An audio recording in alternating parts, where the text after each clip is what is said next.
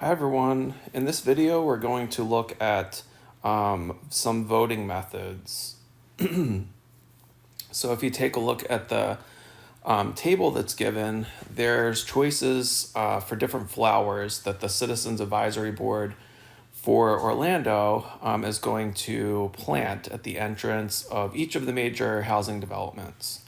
So we have the 5 committee members here. And then we have the choices of flowers ranked according to their first favorite, second, third, and fourth. So if we were to run a simple election, which we considered only each member's first choice, which flower would be chosen and why? If you chose impatiens, that is probably the flower that would have been picked. And the reason is because impatiens are the first choice for 3 of the committee members, and marigolds are the choice for 2 of the committee members. So since there's 5 committee members and 3/5 of them chose impatiens, the impatiens received a majority or more than 50% of the first place votes. If you take 3/5 and you divide 3 divided by 5, you'll find you'll get 0.6. And if you convert that to a decimal by moving the decimal place 2 places to the right, that's 60%. So as long as they receive more than the majority, they won first place votes.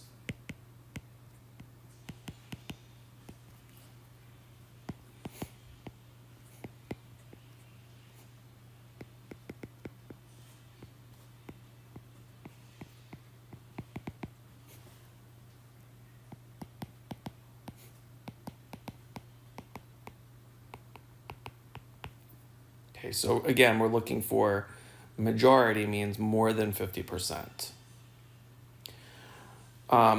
So when they gather data, most times, usually for any kind of study or experiment that is done, it can be disorganized and messy. So we like to organize the data into what we call preference tables. And preference tables just summarize the results of the election, and it shows how often each particular outcome was selected. Okay, so let's take a look at an example. And we're going to construct a preference table. The planning committee for the San Francisco Zoo is voting on an animal for the new zoo logo. And the choices are tiger, kangaroo, and giraffe. So we'll signify tiger with the capital T, and kangaroo with a K, and giraffe with the G, instead of writing the words. There are 15 planning members. Okay, so we're going to call them CM1, that stands for committee member 1, CM2, committee member 2, and so on. And we have their ballots shown in the table. So committee member number 1 shows that they had picked the tiger for their first choice, the kangaroo for their second, and the giraffe for their third. So if you take a look at the table there, we can see that committee member 1 is not the only committee member that picked tiger, kangaroo, and then giraffe. We can also see that committee member 3 also picked that. And they're the only 2 that picked tiger, then kangaroo, then giraffe. So what we're going to do is we're going to construct a preference table that's going to kind of organize this. And the way we're going to do this is we're going to have a column that's labeled number of votes. And we know that we only have a first, a second, and a third place in this instance. So I'm going to pick the TKG combination, and there's 2 people that voted for that order: tiger first, kangaroo second, giraffe third. Then I'm going to go through and pick out the other combinations. So I also see a TGK, so tiger, giraffe, and then kangaroo. And I'm going to look to see, are there any other TGKs? Committee member number 8 picked one, and committee number 11 picked one. So that's 3 people there that picked TGK. And I'm going to do that for all of them. And my table is going to look something like this.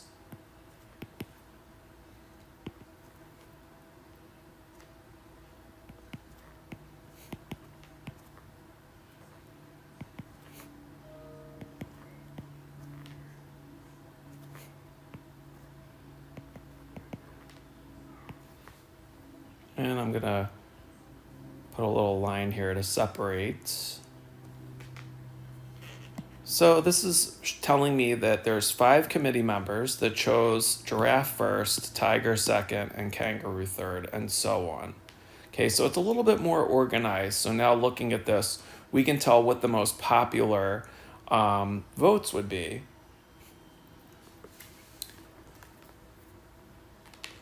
Feel free to pause the video and try this next problem and create your own preference table for the 3 brands of ice cream and their ranks.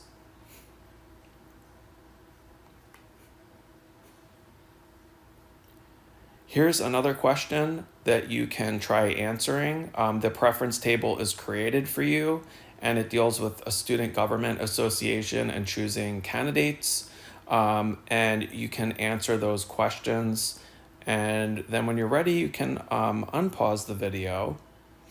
And we're going to move on to our first voting method. So you'll see a lot of those preference tables used in the voting methods. So it's important to know how to read them. We're going to look at 4 voting methods, but in this first video on voting methods, we're just going to look at the first 2. So we're going to look at the plurality method and then another method called the boarded count method. And we're going to look at how those are worked out. And then in the second video, which is something that we will probably do in class, we're going to look at 2 other methods, which is something called a pairwise comparison method, and then the plurality with elimination method. Let's talk about the plurality method first. So the plurality method is basically the easiest, I would say, of all the methods. So each voter votes for one candidate, and then the candidate receiving the most votes is declared the winner. Okay, let's take a look at how that works. So we're going to keep referring back to the different problems that we've done. So we're going to look back at the zoo logo election from the previous example. And if we were to use the plurality method, which animal would be selected? So let's take a look at the table, and I'm going to copy and paste it so that we can refer to it.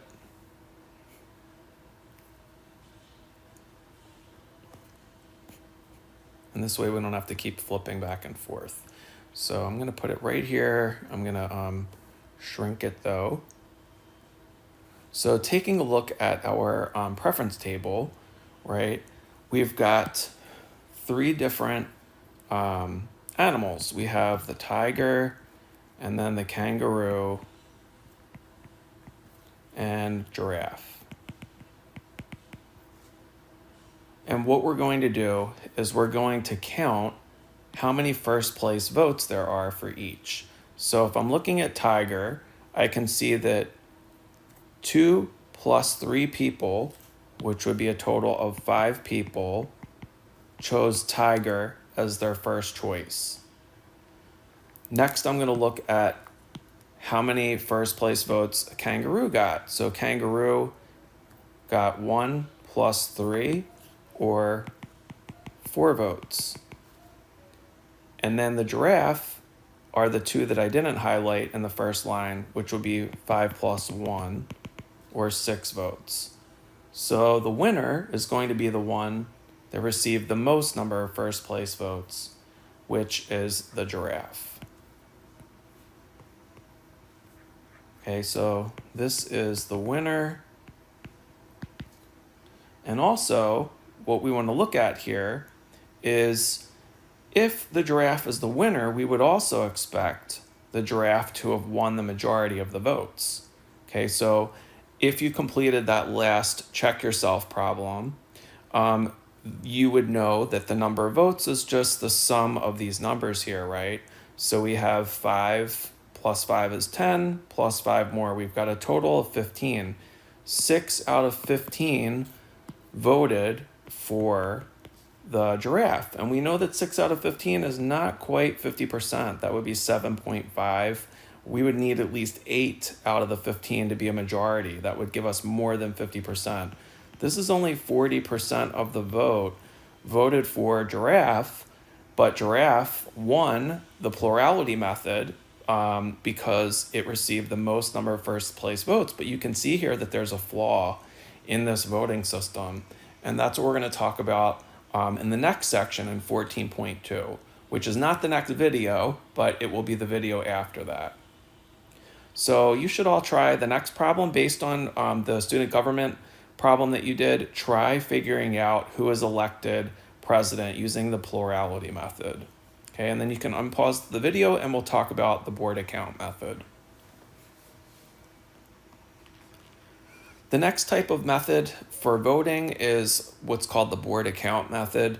And basically it requires that voters rank the candidates in the order from most favorable to least.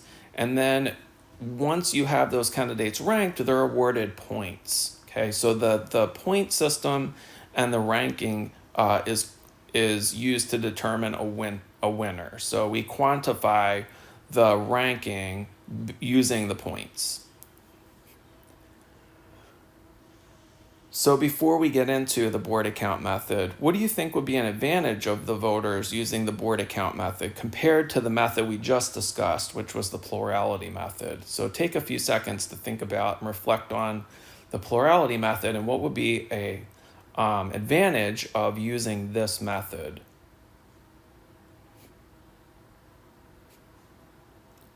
So here an advantage would be that voters are able to provide more information than in the plurality method. In the plurality method, we're just looking at number of first place votes, right? But here, you're going to see in a second that we're looking at more information. So voters are able to provide more info than in the plurality method.